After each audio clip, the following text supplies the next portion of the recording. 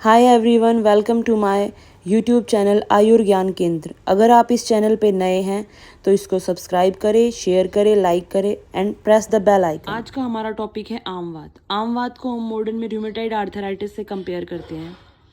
तो आमवात होता क्या है? जैसे कि वर्ड से पता चल रहा है आम और वात, जिसमें आम का भी इन्वॉल्वमेंट हो और वात का भी इन्वॉल्वमेंट हो, वो आमवात होता है। आमेन सहित वात आमवात है कि जिस रोग में आम और वात दोनों दूषित होकर कफ स्थान को दूषित करती है वह आम वात है। ठीक है, अब आते हैं इसके निदान। निदान क्या होते हैं? निदान होता क्या है कि जिस कारण, मतलब जो हेतु है जिसकी वजह से रोग हुआ है, वो निदान होता है।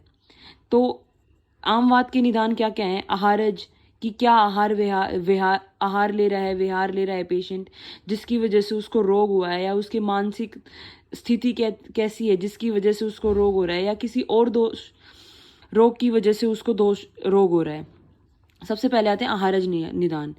विरुद्ध आहार लेने से, ज्यादा स्निग्ध शीत आहार लेने से, अभिसंधि आहार लेने की वजह से, विषमासन, अजीर्णाशन, मंदाग्नि, दही, मांस, दुग्ध, पायस, लकूच, तेल, इन सब के ज्यादा सेवन की वजह से, अर्थात जो आहार आम को भी इंक्रीज करे और प्लस में वात को भी इंक्रीज करे, तो उन कारणों की वजह से क्या होता है? आम वात हो सकता है। फिर आता है विहारज, कि ऐसा क्या हमारे डेली रूटीन में हम यूज कर रहे हैं जिसकी वजह से आम वात हो रहे हैं।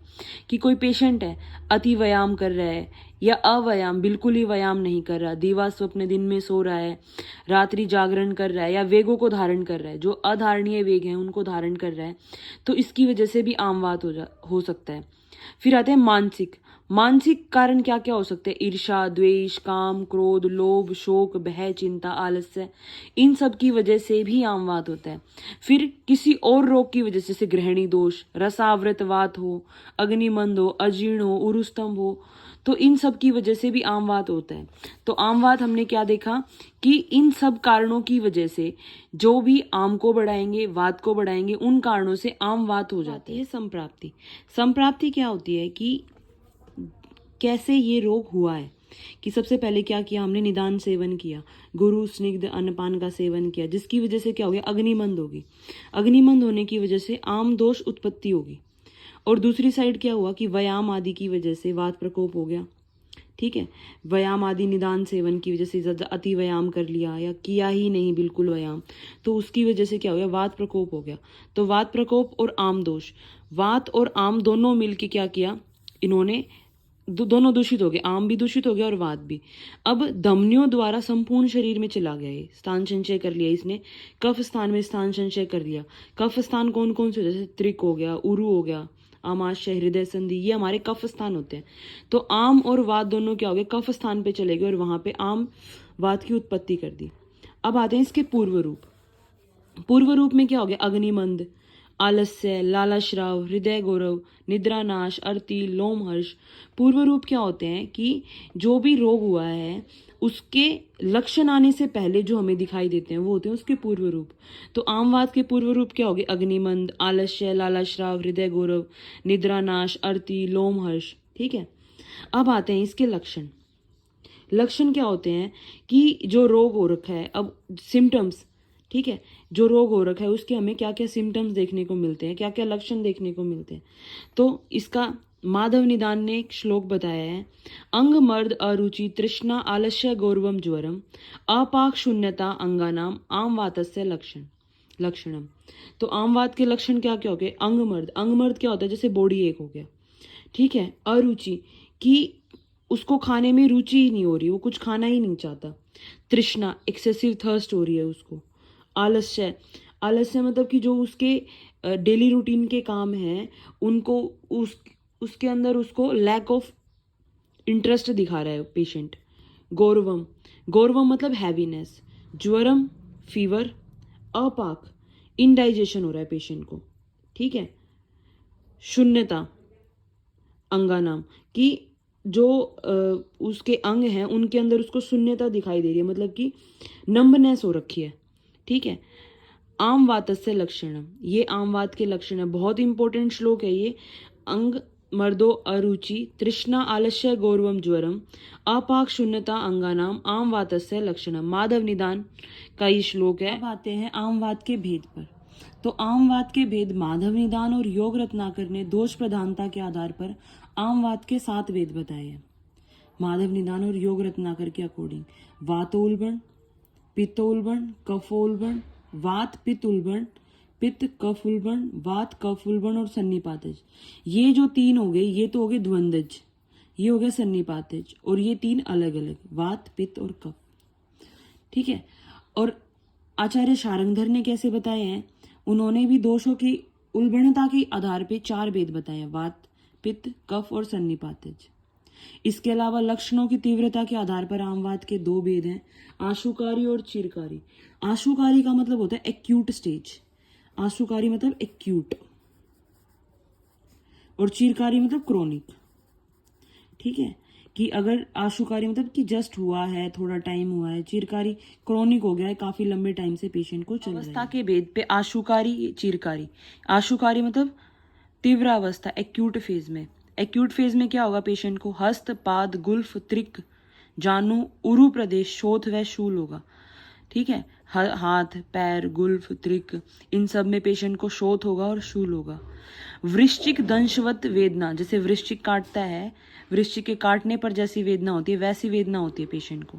दहा, अग्निमांद, दौर्बल्य, भ्रम, मूर्छा, हृदय ग्रह, प्रातःकालीन जाड्यता। प्रातःकालीन मतलब मॉर्निंग स्टिफनेस होगी पेशेंट को। फिर आता है चिरकारी। चिरकारी मतलब जीर्णावस्था, क्रोनिक फेज होगी, लंबे टाइम से पेशेंट को है।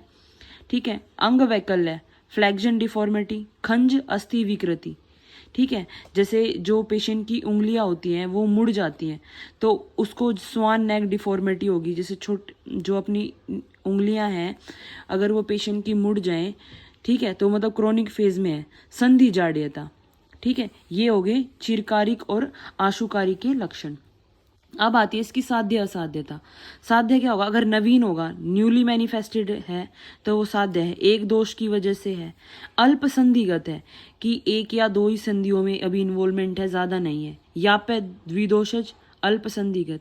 असाध्य क्या हो गया, सन्निपातिज हो गया, जो पूरे शरीर में की संधियों में फैल गया हो। सर्व शरीर संधिगत, सर्वांग शोथ, उपद्रव युक्त, कि उपद्रव मतलब कि कॉम्प्लिकेशन आ गए हैं उसके अंदर। उपद्रव क्या क्या होते हैं, स्थायी वैकल्यता, हृदय विकृति, स्तब्धता, गतिनाश, निद्रानाश, ये सब हो गए इसकी। आता है आमवात का चिकित्सा सूत्र। आमवात का चिकित्सा सूत्र में क्या कराते हैं हम, बहुत इंपॉर्टेंट श्लोक है आमवात के चिकित्सा सूत्र का। लंघन श्वेदन तिक्त दीपनानी कटुनी च विरेचनम स्नेहपानम बस्ती से आमवात मारुते संधवादी अनुवासन शार बस्ती प्रशस्ते।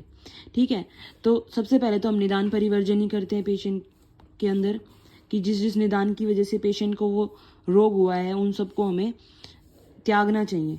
उसके बाद हम पेशेंट का लंघन कराते हैं।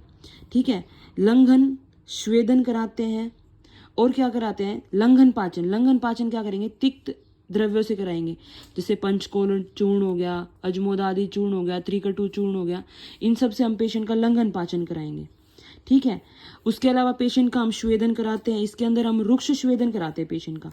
श्वेदन जो होगा रुक्ष श्वेदन होता है, जैसे बालू का श्वेद हो गया, लवण पोटली श्वेद हो गया। ठीक है, उसके अलावा पेशेंट का हम क्या कराते हैं, विरेचन कराते हैं। विरेचन किससे कराएंगे, एरंड तेल से, अरित की चूर्ण से, इनसे हम विरेचन कराएंगे।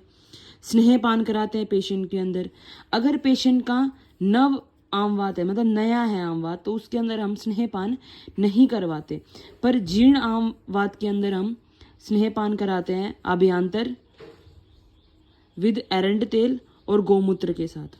ठीक है, फिर सैंधवादी अनुवासन शार बस्ती प्रशस्ते, कि सैंधवादी तेल की हम अनुवासन बस्ती देंगे पेशेंट को, और शार बस्ती देंगे। उसके अलावा निरू बस्ती हम देते हैं, एरंड मूल, दशमूल या शार बस्ती। ठीक है, ये हो गया इसका संशोधन चिकित्सा। संशोधन के अंदर हम क्या क्या करा दिया हमने, एक तो हम लंघन पाचन करा दिया, श्वेदन करा दिया, स्नेहपान करा दिया पेशेंट को, विरेचन करा दिया, अनुवासन बस्ती दे दी, निरू बस्ती दे दी, शार बस्ती दे दी। अब आते संशमन चिकित्सा। संशमन चिकित्सा के अंदर क्या करा दिया हम, क्या क्या दे सकते हैं हम पेशेंट को, आम वातारी रस। ठीक है, गोदंती भस्म, संजीवनी वटी। उसके अलावा हम गुगलू के योग दे सकते हैं पेशेंट को, योगराज गुगलू, ओक्षुरादि गुगलू, ठीक है। दशमूलक वात दे सकते हैं, निर्गुंडी पत्र का लेप लगा सकते हैं, क्योंकि निर्गुंडी पत्र जो होता है वो वातहर होता है, तो निर्गुंडी पत्र लेप लगा सकते हैं। अश्वगंधा रसायन दे सकते हैं पेशेंट को। अब आता है कि आम वात में हमें पेशेंट को क्या खाने के लिए देना चाहिए और क्या नहीं देना चाहिए।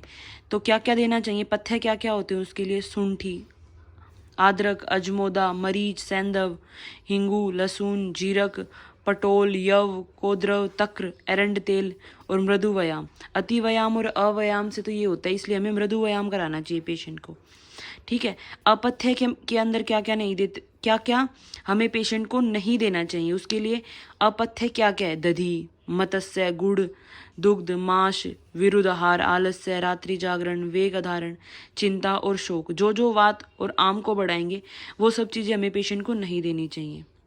Thank you. इसके बाद हम जो अगला टॉपिक हमारा रूमेटॉइड आर्थराइटिस है वो अगली वीडियो में करेंगे।